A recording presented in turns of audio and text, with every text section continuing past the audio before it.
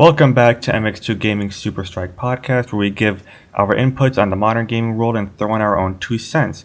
Today we have Steven, Shawn, and myself, Blaine.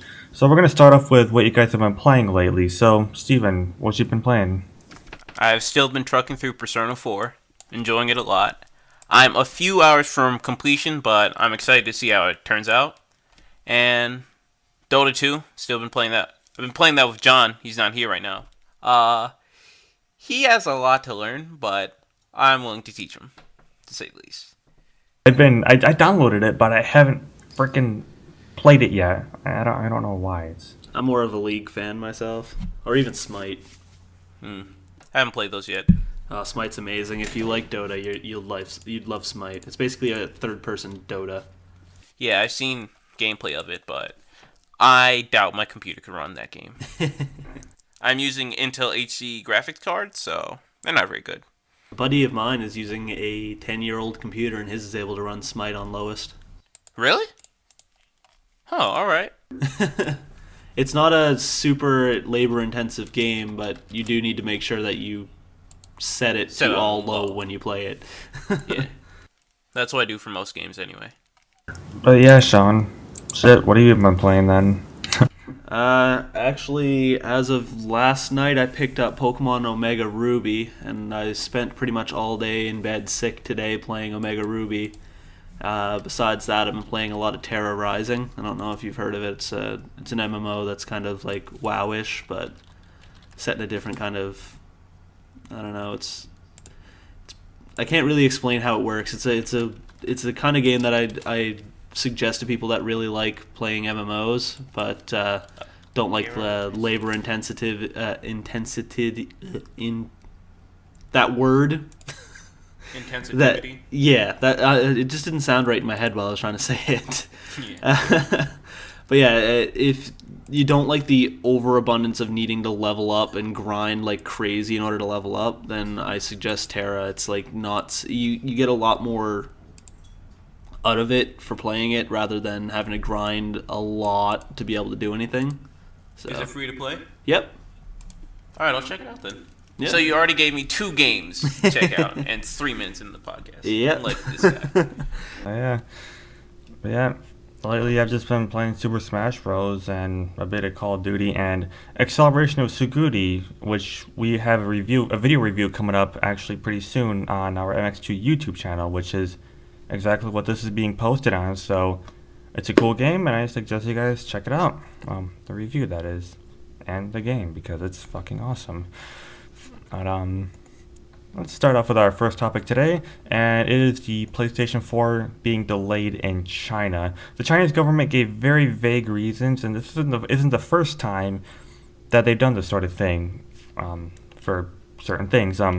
China lifted its 14-year ban on game consoles this year, or I think last year, and the Xbox One launched last year in September just fine there, but for some reason the PS4 is being delayed. So did anybody have any thoughts or opinions about this matter?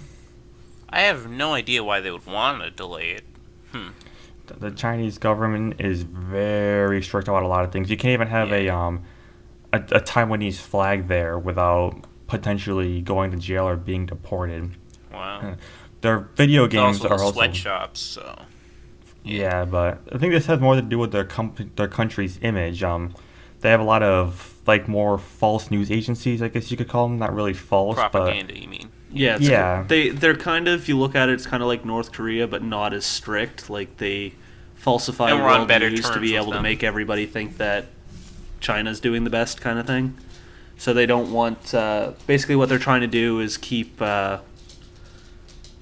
the Chinese inhabitants to know, hey, yeah, we're doing the best here. We don't want you to think that the West is doing really good because they've got really nice games that portray the way the life is there, or same with Japan or any other parts in the world. So basically, it's basically how they're looking at it.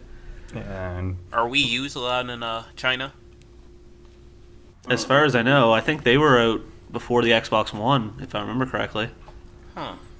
Because Nintendo doesn't really have any games that say violent anything about the world, necessarily. really. They're just kind of all the cutesy fun games. yeah, I mean, Besides Nothing like Bayonetta. Yeah, but in general, I mean, in China, their restrictions say you're not allowed to have any violent video games or any video games that portray China or its government negatively. They're very strict about their image. They've always been this way. So, like a lot of movies, for example, they're not allowed in there because of the negative things that are portrayed there. But you could like go to Hong Kong, for example, and get this just fine. They're like a special economic zone. They're considered a part of China. A lot of people there don't want to be a part of China. They were part of Britain for a long time until within like the past 15 years, I believe. So a delay there really isn't too surprising. I heard the delay's indefinite, though. Indefinite? Oh, damn. That's not good. Yeah, that's... When somebody says it's delayed indefinitely, that's really, really bad. They're basically saying, we don't know when it's going to happen, but I wouldn't hold my breath. Oh, yeah, pretty much. Well, the original video game ban altogether was said that it would be indefinite, and here it is 14 years later, and they finally lifted it, so at least that's a step in the right direction, but again, it's mainly Sony's stances on... I got a feeling that the interview may have something to do with its delay, to be honest. I don't know. Why do That you could say kind that? of make sense. I mean, Sony Pictures is owned by... They're all owned by the same company, and North Korea and China are like... They're China buddies. is North Korea's like only friend, basically. Yeah, basically. So they're like, yeah, if we're friends with Sony, then North Korea might get mad at us, kind of thing, is what I think is pretty much going on. Yeah. That would make sense. I was going to suggest that, but I was afraid you guys were going to call me idiots for confusing the countries.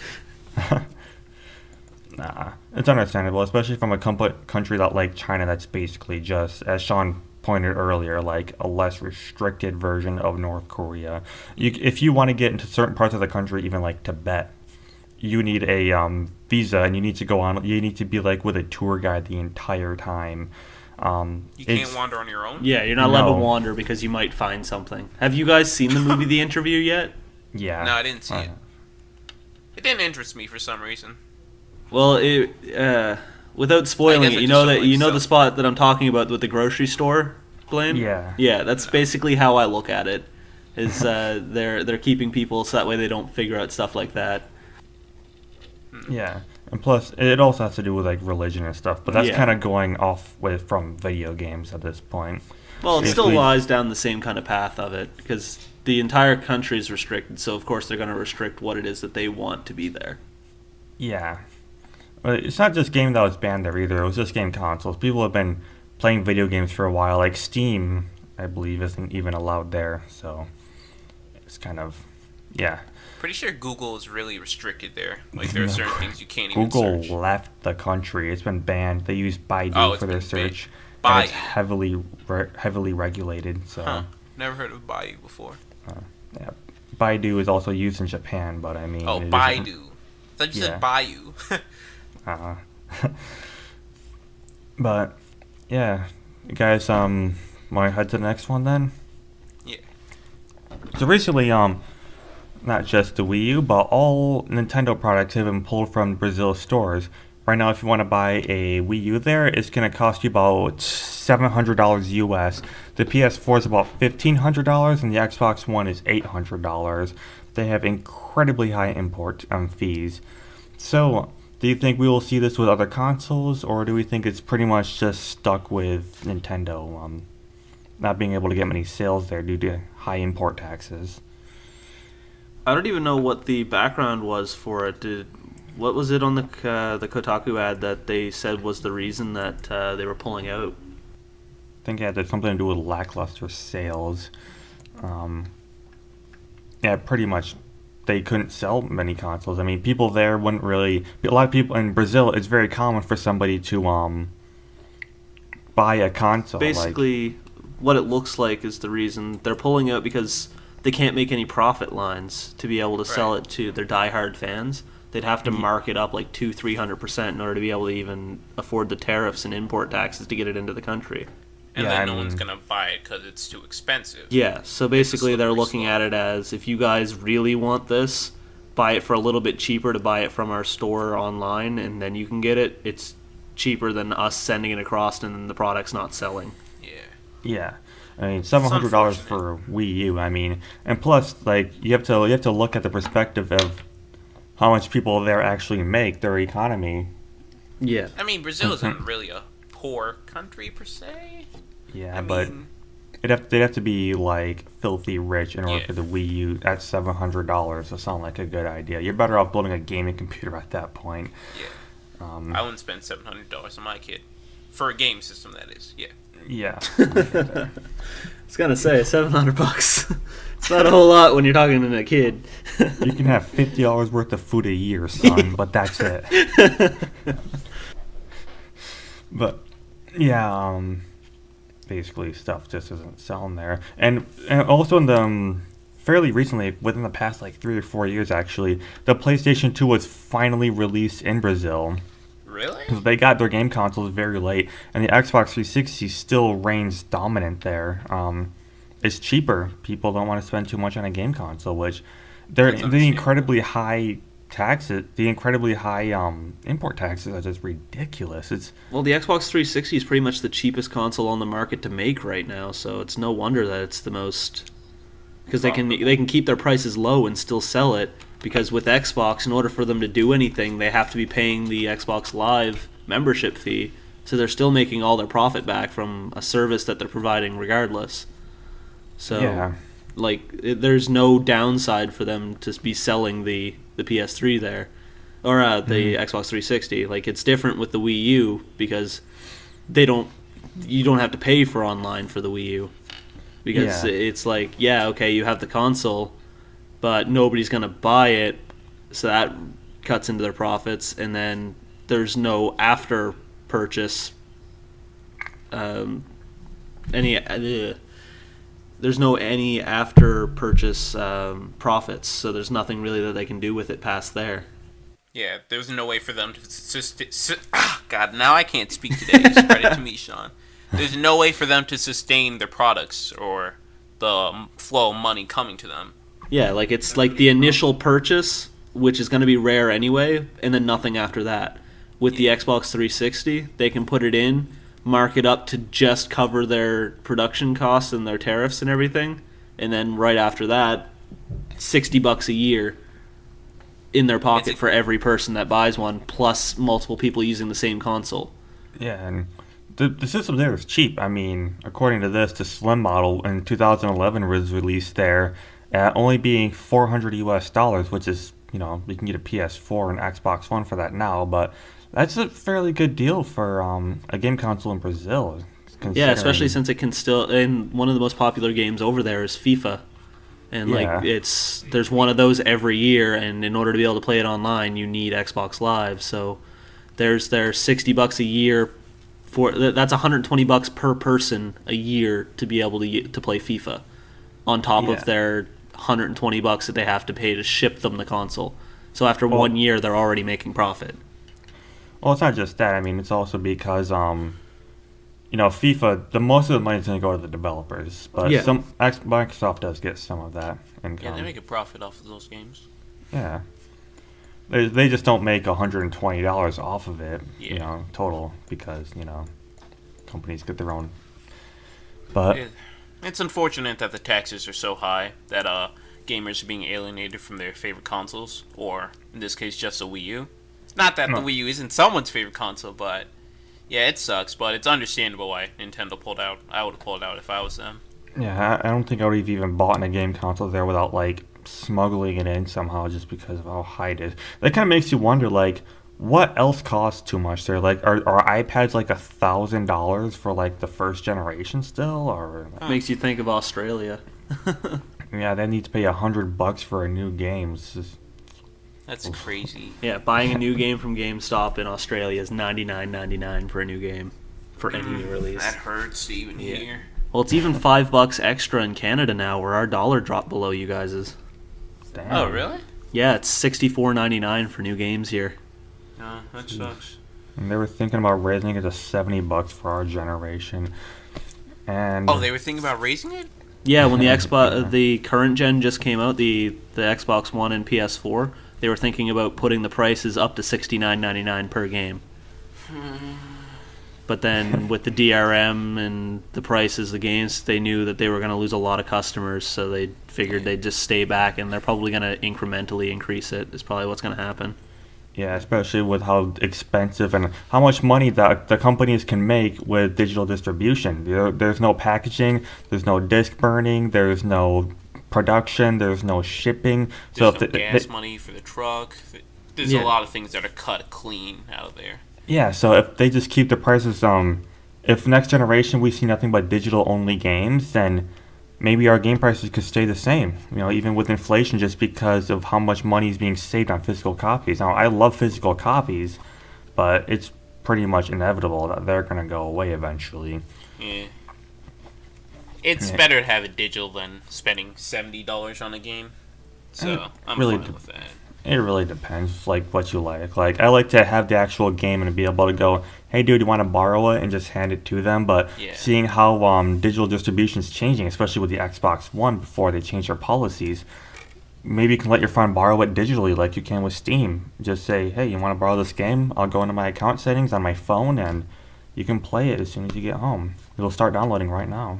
Yeah. So digital distribution can really work out. It'll just kind of kill off it'll kill some things off, but it'll be better for prices, and it'll be better for the environment. Well, it's not even going to be that bad, too, if you see how much gaming has been developing in the past, 10, 15 years.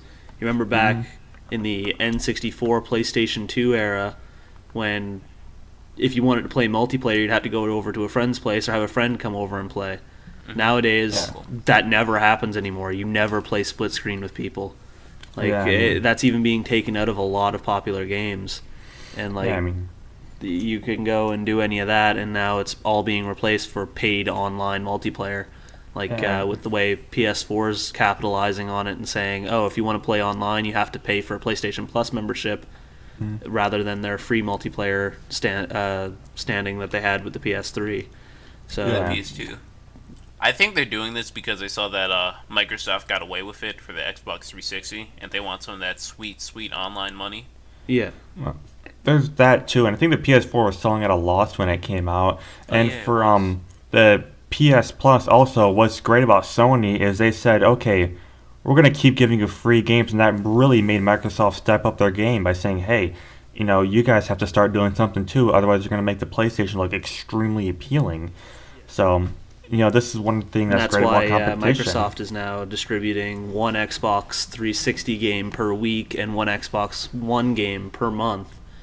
And with the Xbox 360, you get every game that you download, you get to keep, which makes you feel better than it does with the PS3, because with the PS3, you can only play your PlayStation Plus downloaded games as long as you're subscribed.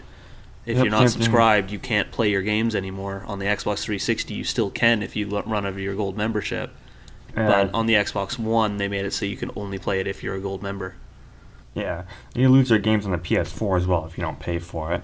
But chances are, if you have, seeing how everything is online centered, you're going to want PS Plus to at least play online anyway. And a lot of people complain about the quality of the games. They're like, oh, it's just some crappy indie game. Well, it's still a free game. Yeah. Look at it. Look at fucking 3 years ago. You would not be getting free games on Xbox Live. You'd be paying for your online membership and continue paying.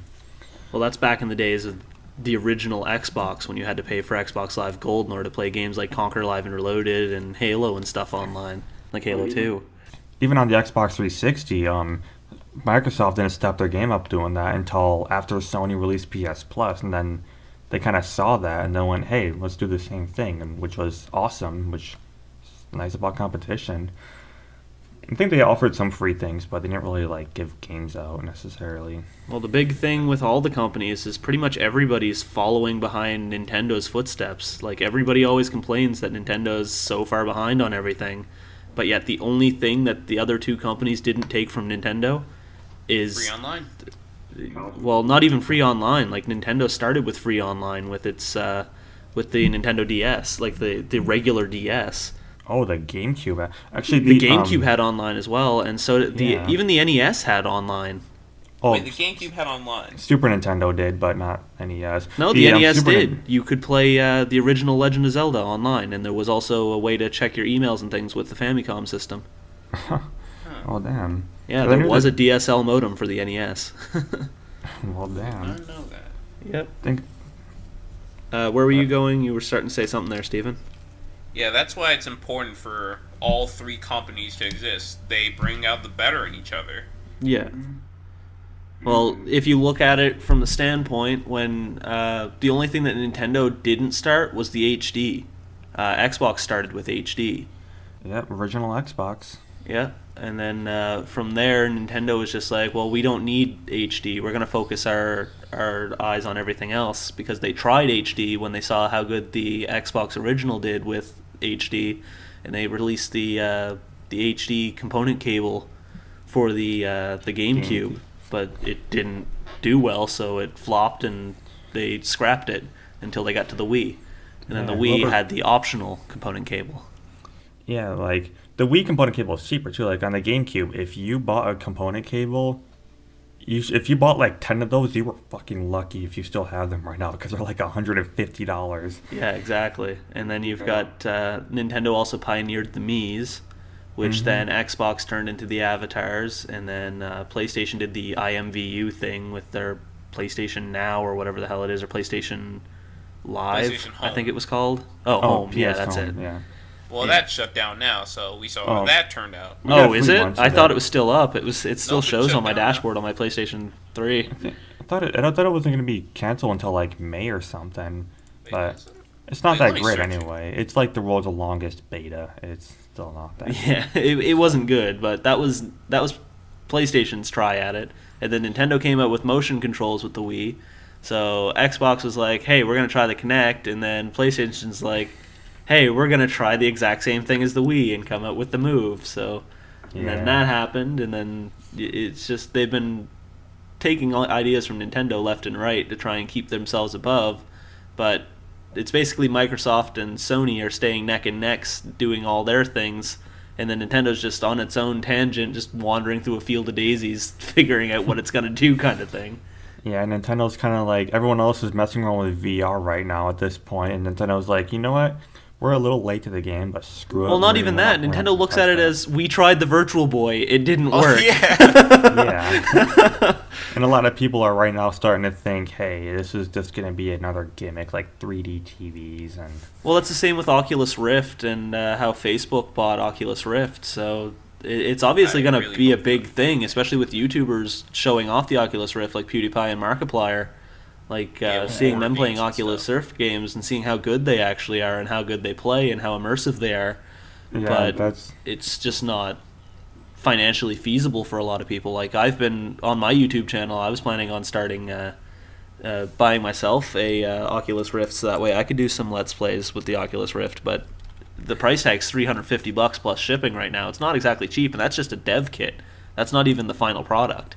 The final product might be cheaper if you think about it. And, as technology... It's supposed to come out later this year, too. So that's what people are speculating. If it's not coming out this year, then they're taking way too damn long. Something tells me something's wrong with it. I mean... Well, people it say- looks like Sony's sponsoring in it now, so it's like Facebook's got their hand in it, Sony's got their hand in it, so it's pretty much Microsoft looking like might. Oculus Rift should be done right now if they were doing it all themselves, but because both Facebook and Samsung and anybody else that's got their hand in on it that they put their money in, they're delaying it until it turns out the way they want it and they all come to an agreement. Like, it should have been done, and it probably has been done multiple times, but everybody's said, no, I don't want this, I want this. And then they've had to go back to the drawing board for it. Yeah. Yeah. Must suck for the people working on I mean- Oculus Rift. Yeah, because then Yeah, you've like- also got, God, what's the, it's Project Morpheus is the Yep, one that's that's coming out on the Sony's. PS4. And then you've got the Kinect Immersion Microsoft- Room or something like that, I think is what they're calling it. I don't know if they're really doing that anymore, but there are rumors saying that Microsoft is in fact doing a VR headset, and we're no longer talking about Brazil. I just noticed. But, Hey, we got onto a tangent. yeah, but Wait, what were we even talking about? the Wii U in Brazil. Oh! Whoa! basically saying how it is that the Xbox 360 was cheaper and why it was cheaper, and then we just got onto a tangent on what was doing what, and yeah, it just went down the road. Future of gaming. Like I said, whenever you're doing a podcast with me, it's just going to go off on a tangent until we get onto some other topic. You're never going to run out of topics when I'm on the... Yeah, it keeps things colorful at least. Yeah, exactly. Yeah, I mean, plus, remember, you said people were saying good things about the Rift. Oh, screw it, let's just keep talking about that. People were saying good things about that, but people also said good things about Kinect before it came out, and that ended up being a total disaster. Yeah, but it's a little bit different with the Kinect, because the Kinect was all Microsoft's internal reviews on it. There was no straight-up reviews, and anything that they did play, like IGN and stuff, when they tested it, none of the play tests or anything went well. Like, there was no scores over 7.5. Yeah. So, like, it obviously was going to flop there, and then you've got Oculus Rift, where you've got big YouTubers doing reviews of games using the Oculus Rift, and legitimately, like, there was a couple videos where Markiplier straight up cried. It was that immersive that it scared him enough that he cried. Yeah. You're serious? I need a Rift. I have not been afraid of a video game in so long. I want that feeling. When I was a kid, I used to play Resident Evil 3 and freak out, but now I play, like, Fear, and I'm like... This is nothing. Yeah, exactly. Like it's because we're so pampered in games these days that horror games just aren't that scary. Like I prefer. I was having this conversation with a friend of mine the other day. He was saying how he preferred survival horror games to just straight up horror. I prefer the games where you're running around, you can't defend yourself, and you're forced to run away because you feel scared and you feel threatened, like you're going to die if you don't run away. He's like, no, I prefer survival horror where I can defend myself, and I know I can defend myself, but I'm given limited defense. It's like, no, because then at that point you're still able to defend yourself, and it makes it not as scary. Yeah, it becomes an action game. Yeah. Because then you can, like in Resident Evil 1, you could exploit the knife and kill, like, hunters and lickers, just run up, stab it, run it around while it attacks in its attack cycle, stab it again, it goes to turn, you run around it and just keep stabbing it and just rinse and repeat. They don't get scary at that point. It's like, if you're able to defend yourself, things aren't scary anymore. Yeah, well, to me, it's kind of like, like, I like having survival horror where I have limited resources, but I don't know, that just always kind of worked out for me a little bit more. It's just something about it. Like, well, if I can't defend myself, with Silent Hill Shattered Memories, it just gets really boring really quickly. Well, speaking of Silent Hills, even Silent Hills is coming out next year with Norman Reedus as the main character, and Hideo Kojima has pretty much straight up said, I'm not holding back anymore. I am literally going to scare the shit out of you with this game. Because they were holding back in all the recent Silent Hill games because they were afraid that everybody was going to start playing it, get to a point that they were scared and stop playing. Because that's how gamers are in this day and age. They're so damn pampered that they don't want to do it anymore. And now he's just like, you know what? I'm done putting out shit. I am literally going to make you shit yourself with this. How scary I'm going to make this game. Good. So I can't wait to see what they do with that, as well as I heard that Capcom is also in the works for Resident Evil 7 around the same time, which is supposed to go back more to the roots because Resident Evil 1 Remake is supposed to be coming out on the Xbox One and the PS4, which I can't wait for that as well. Yeah. But, shit, that was like 5 topics, but... So, from the Wii U being removed from Brazil, to Oculus Rift, to horror games versus survival games, and now we're here. And now we're at the integrity of DLC. So far, DLC, as a lot of people have said, it's getting very annoying. A lot of the time we have companies basically making games, locking down DLC, and making it feel like that if you don't buy this DLC, you're not getting the full experience. I even saw that in Call of Duty Ghosts. Well, the big thing with it is that companies, they lost what the actual description of DLC is, like what the anagram is. It stands for downloadable content. You're not downloading anything. You're literally just grabbing code that unlocks content that is on disc. There was even a court case about that here last year, if I remember correctly, where somebody took Capcom to court, and they were like, "Yeah, it was actually over Ultimate Marvel vs. Capcom, where there was I'm multiple guessing they characters didn't that were win. on-disc DLC that you had to download a code to unlock. Yeah, it's just a little ridiculous. So I guess you could say that's like on disc content, but Yeah. it's a little annoying because like DLC is usually like a good way to extend the game. Like if you ever played the first Fear game, they did DLC right. They made the game, later on put out an extension to the story, and then they did it again. But now we have all these companies saying, "Oh, you want to unlock these guns that everybody else who paid for them has? Well, you need to pay for them. I mean, your experience is being hindered unless you pay them more money." So Well, it's a little the big ridiculous. thing for that too was like the perfect example is Battlefield. They've got the fast track packs. You pay like $10 and it unlocks all upgrades for each individual class. Like it's either you can sit there and you can play for like 4 or 5 months, or you can have that one rich kid that on day one goes and buys all the fast track packs, and he's got everything maxed out, and he's just running through and wrecking people because he's got all the unlocks and he's got all the best weapons in the game. And here you are just at the start of the game and you can't do anything because you can't afford to buy the extra DLC or the extra unlockable content. Like I feel that they should be calling it ULC for stuff that's on disc rather than DLC for that's actually game expansions like map packs and things like that. Yeah. Yeah. But yeah, I remember this was originally your topic, Steven. So I guess we kind of took it over. Sorry about that, No, but no worries. yeah, yeah. There's actually a game I refused to buy because of the DLC practices, and that was Destiny.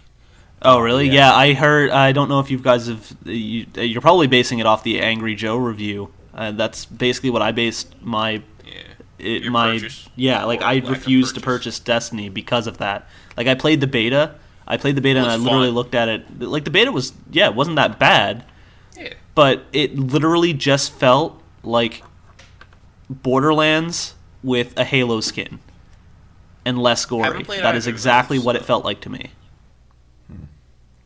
That's something I would totally give a shot if I, got the full game. So maybe with whenever there's like when it's cheaper, when you can pay $30 and get the full game, which is kind of sad to say that. Or But, when there's like a Game of the Year edition with all the DLC included. That's what I Well, was that- waiting for. Yeah. Technically, I don't know about down in the States, but GameStop or EB Games here in Canada, they've started shrink wrapping the expansion pass for Destiny with the actual copy of Destiny and selling it as a Really? bundle The for season $100. pass?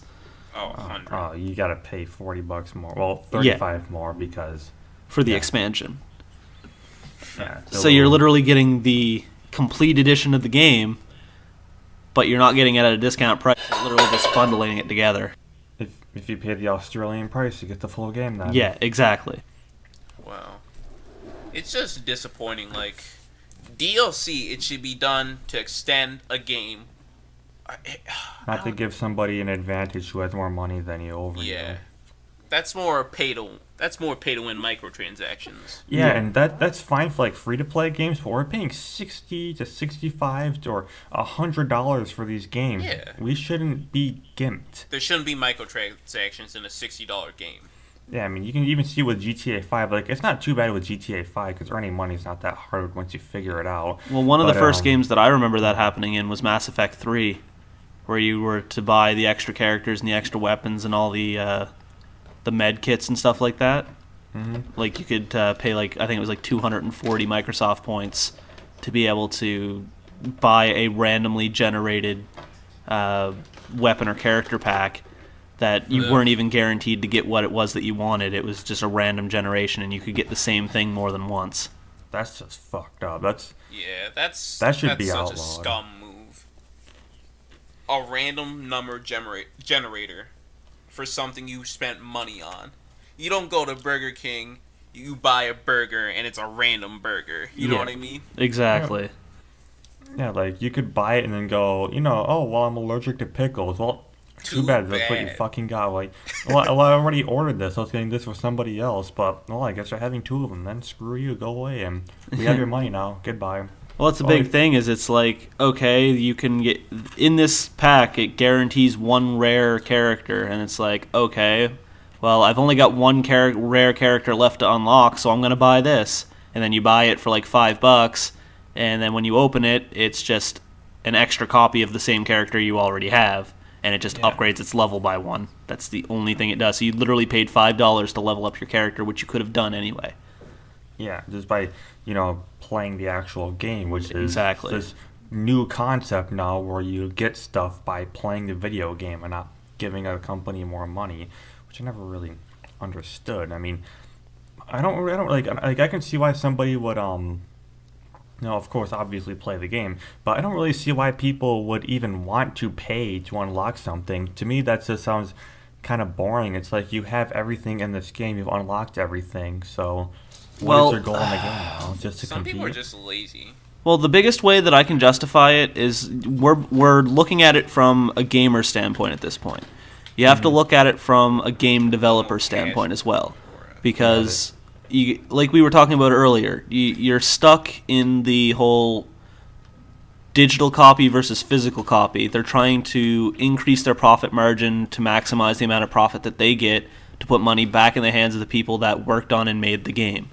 So what they look at is, okay, sure, we've got this done and everything, but a majority of the money that we use to make this game is going to shipping, is going to advertising, is going to the publishers, is going to Taxes. the taxes, to the company, the actual gaming company that makes the console, and they get a really small return, like $60 a game. They get maybe $5 to $10 a game. I'm sure developers get more than $5 to $10. No, I actually did a whole course. I took a course in university for this, and like it showed a breakdown of everything. It's $5 to $10 per game, 15 maximum. Like when you're shipping to countries like Brazil and Australia and things, that's why they have to hike up the prices in order to make it so the game developers actually get something. So then they look at it as, okay, well, we need to get more money out of this, or else it's we're not even going to break the bank with how much money we spent to make this game. So then that's when they start saying, okay, well, since we know we're not going to break bank on this, we need to last minute lock some of the content on the game, so that way we can charge a bit of aftermarket price for it to be able to put some extra money in our pocket, because they look at it the way that DLC works. The only thing they have to do is pay a server hosting fee to be able to post it on the server of the console, and then they get 100% profit after that. Everything that's bought through the Microsoft Store or the PSN Store goes directly into the developer's pocket. Yeah. So say they release a game with like 1 or 2 levels, like they're on the disc but they're not unlocked, charge you $10 to unlock them in the game. That's $10 in their pocket that they get for making that part of the game. Yeah, no run around. So with the yeah, taxes. exactly. Like that's making all of their money back right there. So that way they can go ahead and make more content for the game. That's one of the reasons why I like the Telltale, like the way Telltale Studios makes their games, because they're episodical. They release episode 1, and then all of the monetary profit they make off that, they put into developing the second episode, and so on and so forth, to make them better and better. And that's why you usually see that the 5th episode of the game is a hell of a lot better than the rest of the game. So, like, looking at it from a different standpoint of a game developer, it's good for them, but then looking at it as, It's not very good for us. yeah, like looking at it from our standpoint, we feel they're being scumbags, but you got to realize we they kinda got to feel eat too. And they're the ones giving us the product, so. You're also talking about how they don't make much income from a $60 game, but though a lot of the time I'll see a new game, like for example the World Rally Championship games, for like as soon as they release they're only $40. So that kind of begs the question that they have to be making more than 10 or 15 bucks for a game. I mean, if companies can release a full-fledged game for $40, some of them do, it's just kind of weird how those games would be cheaper and they'd have to make some sort of a profit. So there's probably some sort of a gray area between large companies and smaller companies. Or Well, it's depending on most of the money goes towards advertising, to be completely honest. Like if you look at Destiny, if I remember correctly, I think that game was It got so many $3.5 million advertisements. to produce and to create, and almost all of that money went into advertising. So That's one of the advertised- reasons why the expansion pass came out, because they were like, okay, we didn't sell as much as we were hoping we were going to, so we need to make money somehow. So that's why they came up with the expansion pass, which is pretty much half the price of the full game. So it was their backup plan, basically. Then there was a limited edition thing with the little ghost thing. Yeah. Yeah, which that kind of makes sense because like WRC doesn't fucking advertise worth a shit. So yeah, I mean they're not very popular games, but you know that would explain why like a lot of games that are cheaper. I mean you'll see even like Persona 5 being Persona Q being $50 when 3DS games are usually 40. And speaking of 3DS, Majora's Mask's pre-orders have been selling out like crazy, and people have been selling the pre-orders for like $130. You're looking at within like 3 to 5 minutes of companies running out. And Shawn, you actually somehow miraculously got your hand on a. Yeah, I got lucky within the first two. It went down in about 10 minutes, and I got my copy within 3 minutes of the second wave of them yesterday. And apparently, it's completely cut off. There's no more pre-orders whatsoever until the game launches now.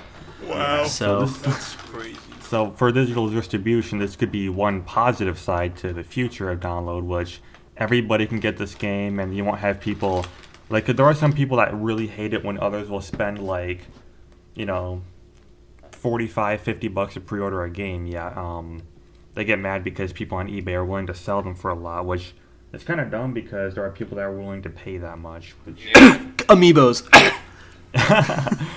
exactly. Oh yeah, do you guys remember when Flappy Bird was removed from the iStore, and Yeah. then they were selling iPhones with Flappy Bird for like $600? Yeah. Oh, more. 300 was it? Dude, I saw a gold iPhone 5S with Flappy Bird on it that sold on eBay for $1,500. Damn. Really? Yeah, it was ridiculous. The big thing with that, though, like I don't know if you guys heard about what happened with Flappy Bird. One of the big reasons he took it down is because he was afraid of lawsuits and things, because he was getting a shit ton of ad revenue from that game. Mm-hmm. He took it down just so that way he wouldn't have anybody chasing after him, because he was making enough money that he didn't know what to do with it and hadn't expected it to become that big because of PewDiePie playing it, and then it went on Kind of from like there. Minecraft. Yeah. Well, the big thing is ad revenue for every single person that's playing that while connected to the internet, whether or not you're like doing anything. Ads pop up every 5 seconds, and every single ad made him about 5 cents per ad. So that's 5 cents per ad out of like 10 million people playing while sitting at work and or sitting on their computer or watching TV, just sitting there playing Flappy Bird recreationally. Like he was making almost $1 million every 2 hours on ad revenue that he was having, that he would have ended up being taxed by the IRS on. So that was one of the reasons why he took it down, because he didn't know what to do. Yeah, you should quit while you're ahead. Yeah, exactly. That's basically the whole game plan that he pulled off in that. Set for life anyway. He made a game that just. Speaking about the iPhone, I mean, somebody spent $1,500 just so they could get mad. All they need to do is buy a copy of Call of Duty Modern Warfare 2 and put up with the hackers to get mad. Yeah, exactly. $5 game. Well, I've even still got Flappy Bird on my phone. I think it's still I think it went back up on the App Store, didn't it? Yep. It went Yeah. back up. Same with on Android. So that must have made everybody that fucking went out and bought those iPhones make them feel really fucking stupid after the game came back out. I would feel really stupid just for spending that much on some person's older phone just so I could get a game that really isn't all that entertaining. And also had a shit ton of clones come out right afterwards, too. Oh my god, yeah, so many of them. And even freaking Neon Cat got one. Like, Yeah. Neon Cat probably got like 30, come to think of it. Yeah, I wouldn't doubt it. But yeah. Wasn't there like a crappy turd version? A crappy turd. Crap. I wouldn't doubt it. That sounds amazing. I need No, to- I swear to God, I Need to swear play that I saw a version called Crappy Turd.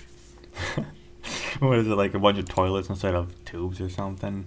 Yeah, it exists. It's a bunch of plungers instead of tubes. Oh, well. And he plays a giant poop with wings. Oh, God.